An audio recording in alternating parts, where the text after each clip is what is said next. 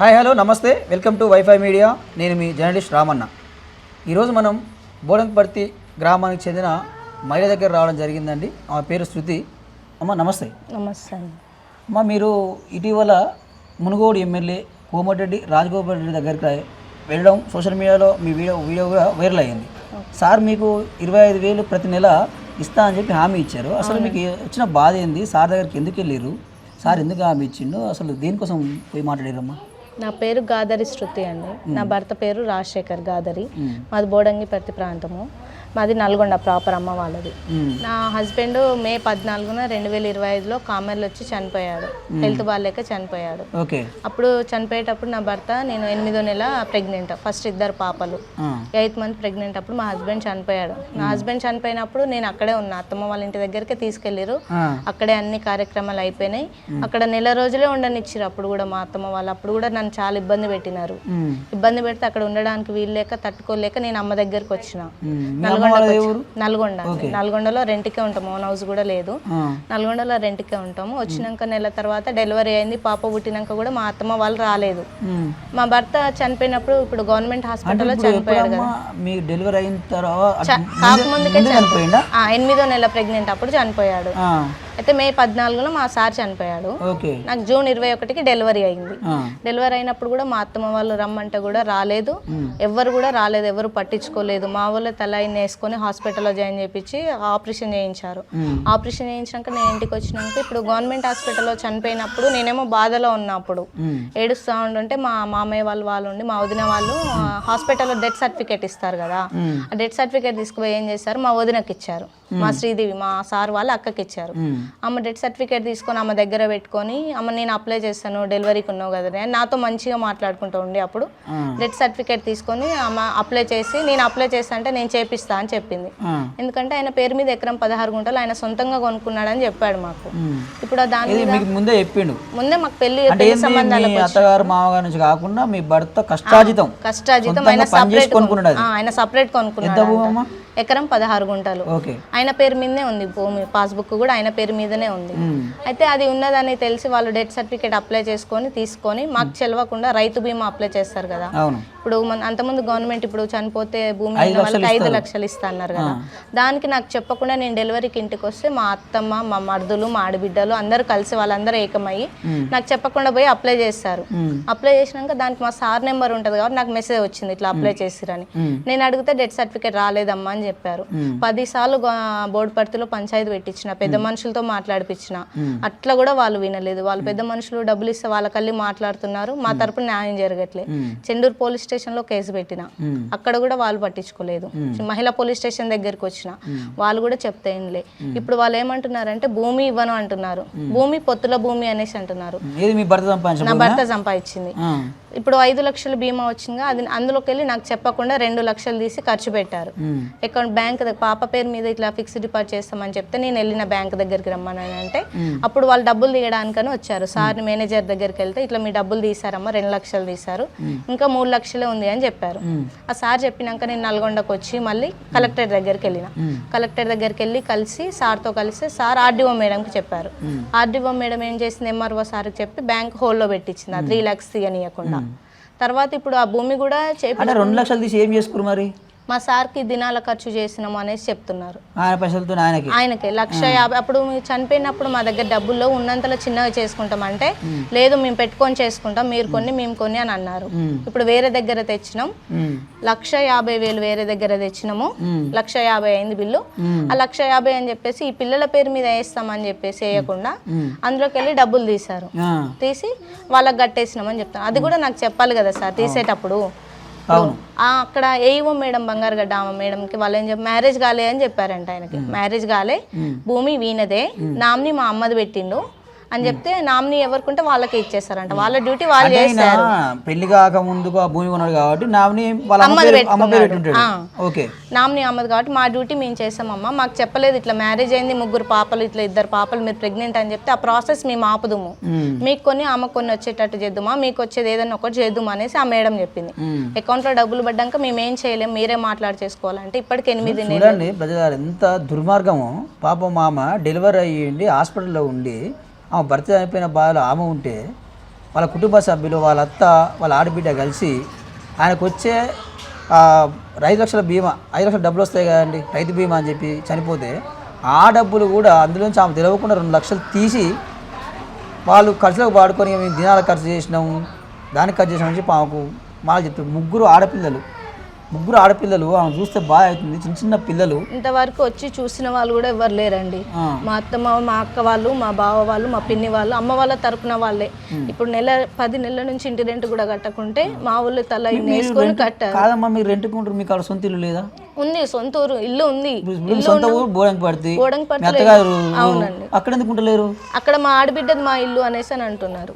ఆడబిడ్డ మీ ఆయనకు బాగా ఉంటది అమ్మా. ఇప్పుడు ఏం లేదు, మొత్తం ఆమెదే, ఇల్లు ఆమెదే అంటుంది, భూమి ఆమెదే అంటుంది, డబ్బులు ఆమె అంటుంది, నువ్వు మా ఇంటికి రావద్దు, నీది నువ్వు చూసుకో, నీకు మాకు సంబంధం లేదు అనేసి అంటుంది. నేను ఎప్పుడు వెళ్ళినా రోడ్డు మీద ఉండాలి, మళ్ళీ ఇంటికి రావాల్సిందే. నా భర్త చనిపోయినప్పుడు కూడా 1 నెల రోజులు కూడా నాకు అన్నం పెట్టకుండా ఇబ్బంది పెడితే డెలివరీ టైం అప్పుడు కూడా ఇబ్బంది పడుకుంటే అట్లనే ఉన్నాను నేను అక్కడ. అమ్మా ఇన్ని మీ అత్తమ్మకి ఎంతమంది పిల్లలు? ఇప్పుడు 3 మరుదులు ఉన్నారు సార్. అంటే 3 కొడుకులు, ఇద్దరు బిడ్డలా? పెద్ద అయినా చనిపోయినాడు బావ, ఈయన మా సార్ సెకండ్. తర్వాత 3 మరుదులు ఉన్నారు, వాళ్ళకి పెళ్లిళ్ళు కాలేదు. నా మ్యారేజ్ అయ్యి 8 ఇయర్స్ అవుతుందండి ఇప్పటికి. 8 ఇయర్స్ నుంచి కూడా మా ఆడబిడ్డ అక్కడే ఉంటుంది. బోర్ బండి మీద వెళ్ళేది, డిల్లర్ డ్రైవర్, బోర్ వేస్తారు కదా ఆ ఫీల్డ్ లో ఉండేది ఆయన. అప్పుడు 2 ఇయర్స్ హైదరాబాద్ లో డ్యూటీ చేస్తాడు. అక్కడ బోర్ బండి దగ్గరికి వెళ్ళినప్పుడు కూడా నేను మా అత్తమ్మల ఇంటి దగ్గర 2 ఇయర్స్ ఉంటే నాకు అన్నం పెట్టకుండా చాలా ఇబ్బంది పెట్టేది. నాకు చిన్నపిల్లలు అయ్యుండి కూడా నన్ను ఎవరు పట్టించుకోలేదు. నేను ఒక్కదాన్ని ఉన్నా లేకున్నా తినకున్నా ఒక్కదాన్ని నా రూమ్ లో అట్లనే ఉన్నా. ఇప్పుడు మీరు కోమటిరెడ్డి రాజగోపాల్ రెడ్డి దగ్గరికి వెళ్ళారు కదా, సార్ మీకు ఏం హామీ ఇచ్చిండు?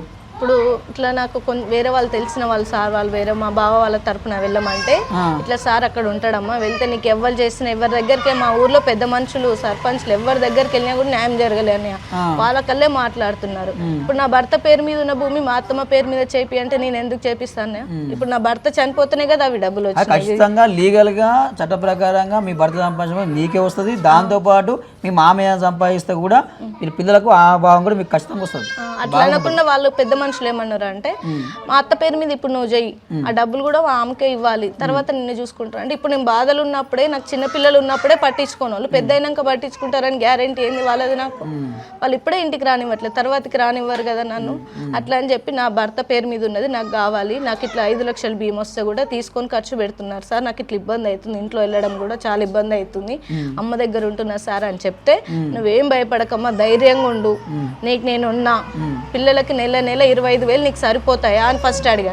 నీకు సరిపోతాయా? ఈ 25,000లో నువ్వు చూసుకోలేదు రాజగోపాల్ రెడ్డి సార్, 25,000లో నువ్వు చూసుకోలేసామంటే చాలా చూసుకోలేస్తా సార్. ఆ సార్ అట్లా కూడా ముందు ఆలోచించి కూడా, ఇప్పుడు నీకు పెద్ద ఆపరేషన్లు అయినాయి అన్నావు కదమ్మా 3, పనికి వెళ్ళలేవు కాబట్టి ఇప్పటి వరకు అయితే 25,000లో చదివించుకుంటా, నువ్వు చదువుకో, పిల్లల్ని చూసుకో, ఏం భయపడకు, నీకు ఎప్పుడు ఏం ప్రాబ్లం ఉన్నా నీకు నేనున్నా, ఎనీ టైం అయినా నువ్వు ఇక్కడికి వచ్చి నన్ను కలవచ్చు అని హామీ ఇచ్చాడు సార్.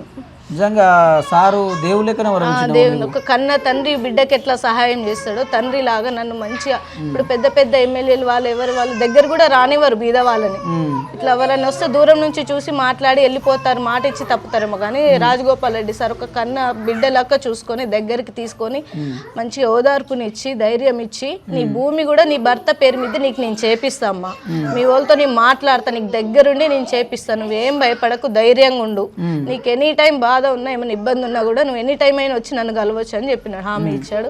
నెల 25,000 పిల్లలకు పంపిస్తామా, ఆ 25,000లో పిల్లల్ని చదివించుకుంటూ నువ్వు పిల్లల్ని చూసుకో, మంచిగా చూసుకో, భయపడకు, ఏడవకు, ధైర్యంగా ఉండని మాకు మాట ఇచ్చాడండి సార్.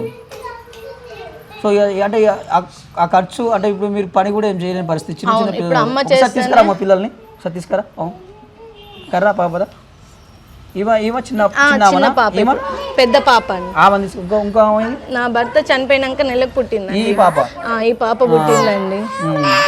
కర్రా అమ్మ, ఆమెనా? ఓకే ఓకే ఓకే సరే అమ్మ. చూడండి చిన్న చిన్న పిల్లలు, వీళ్ళు చూస్తేనే బాధ అవుతా ఉంది, చాలా చిన్న పిల్లలు. సో సార్ నిజంగా రాజగోపాల్ రెడ్డి సార్ నిజంగా దేవుడు అనుకో, పాపం బాధ వినంగానే సార్ ఉండి నీకు ఆ భూమి సమస్య సరే ఎంబటే వాళ్ళతో మాట్లాడి, ఆఫీసర్తో మాట్లాడి కూడా ఆమె భూమి, ఆమెకి ఇప్పుడు ఏమంటారమ్మా, భూమి చేస్తా అంటారు, ఇప్పుడు భూమి చేస్తా అన్నారు, చేస్తా అన్నారు. సార్ దగ్గరికి వెళ్ళినాక వీళ్ళు వేరే వాళ్ళు ఫోన్ చేసి నువ్వు సార్ దగ్గరికి ఎందుకు వెళ్ళినావమ్మా మేము లేమా అంటే నేను అట్లా కూడా చెప్పాను 8 నెలల నుంచి తిరుగుతుంటే మీరు నాకు ఎవరు న్యాయం చేయలేదు, ఎవరు పట్టించుకోలే అని, అసలు మాట్లాడిన వాళ్ళు కూడా లేదు. తిన్నవా ఉన్నవని చచ్చినవని కూడా మా వాళ్ళు మా అత్త తరపున కానీ ఎవరైనా కానీ ఇట్లా ఫోన్ చేసి మాట్లాడింది లేదండి మాతోటి. ఇప్పుడు ఫోన్ చేసి ఇప్పుడు సార్ దగ్గరికి ఎందుకు వెళ్ళినావమ్మా అనేసి ఇప్పుడు అంటున్నారు. ఇప్పుడు సార్ దగ్గరికి వెళ్ళడం వల్లే కదా నాకు న్యాయం జరిగింది, నాకు నా పిల్లలకు ఒక ఆధారం దొరికింది, ధైర్యంగా ఉంటా కదా ఇప్పుడు నా పిల్లలు నేను చదువుకోలేస్తా, సార్ ఉన్నాడు నాకు అనే ధైర్యం వచ్చింది నాకు. ఇప్పుడు ఇన్ని రోజులు నా భర్త చనిపోతేనే మాకు దిక్కు లేకుండా నేను కూడా చనిపోతే నా పిల్లల దిక్కేంది అనేసి ఎంత బాధతో ఉన్నాను నేను. ఏం బాధపడకు, సార్ నీకు దేవుడు లెక్కనే ఆ దేవుడు పంపించింది, దేవుని రూపంలో సార్ వచ్చిండు, రాఘవేడ్ సార్ వచ్చిండు. మీకు ఖచ్చితంగా ఆయన మాటిస్తే తప్పడు, ఆయన మాటిస్తే తప్పడు. సో మీకు ఫర్దర్గా రేపు చదువులకైనా దేనికైనా సార్ ఇంకా చదివిస్తాను కూడా హామీ ఇచ్చినట్టుంది. అవును, ఏం భయపడకండి, ధైర్యంగా ఉండండి. ముందు ఫ్యూచర్ కూడా ఆలోచించాడు సార్. ఇప్పుడు నువ్వు పిల్లల్ని చిన్న పిల్లల్ని వేసుకొని పనికి వెళ్ళలేవు కాబట్టి ఇప్పటి వరకు అయితే నువ్వు పిల్లల్ని చూసుకోమ్మా, చదువుపి, నువ్వు ధైర్యంగా ఉండు, ఏం బాధపడకు, నీకు ఎనీ టైం అయినా నేనున్నా అనేసి నువ్వు ఎప్పుడైనా రావచ్చు ఇంటికి. ఒక కన్న తల్లి తండ్రి హామీ ఇస్తారు కదా అన్నయ్య, తల్లిదండ్రులు ఇంటికి ఎన్ని టైం అయినా రావచ్చు అని అట్లా చెప్పాడు నాకు సార్. నీకు తండ్రి లాగా పెద్ద అన్న లెక్క రాజన్న భరోసా ఇచ్చింది నీకు, భరోసా ఇచ్చిన ఆ సార్ ఇచ్చిన కాంచి ధైర్యంగా ఉన్నా. ఇప్పుడు ఏం బాధపడకు, ఏడవకు, నువ్వు ధైర్యంగా ఉండు, అదే ధైర్యంగా ఉండు. ఎందుకంటే రాజన్న నీలాంటి వాళ్ళకి చాలా మంది కూడా మునుగోళ్ళు చాలా మందికి హెల్ప్ చేసిండు. కొంతమందికి మన కొండపూర్లో చూసుకుంటే ఒక ఆయన 2 కాళ్ళు యాక్సిడెంట్ అయిపోతే ఆయనకు కూడా 25,000. చాలా మందికి హాస్పిటల్ ఉన్న వాళ్ళకు ఒక చౌటుపల్లి ఒక చిన్నకొండూరు ప్రాంతం కిడ్నీలు చేరిపోయినాయి, ఆయన 12 లక్షలు పెట్టి మరి ఆపరేషన్ చేయించిండు. చాలా వరకు చదువుకునే వాళ్ళకి హెల్ప్ చేస్తున్నాడు. నాకు నా పిల్లలకు కూడా ఏదైనా ఒక ధైర్యం, ఒక కొండంత అండలాగా ఉంటాడు, సహాయం చేస్తాడని ఆశతో నేను వెళ్ళినా నా ఆశ నెరవేర్చిండు సార్.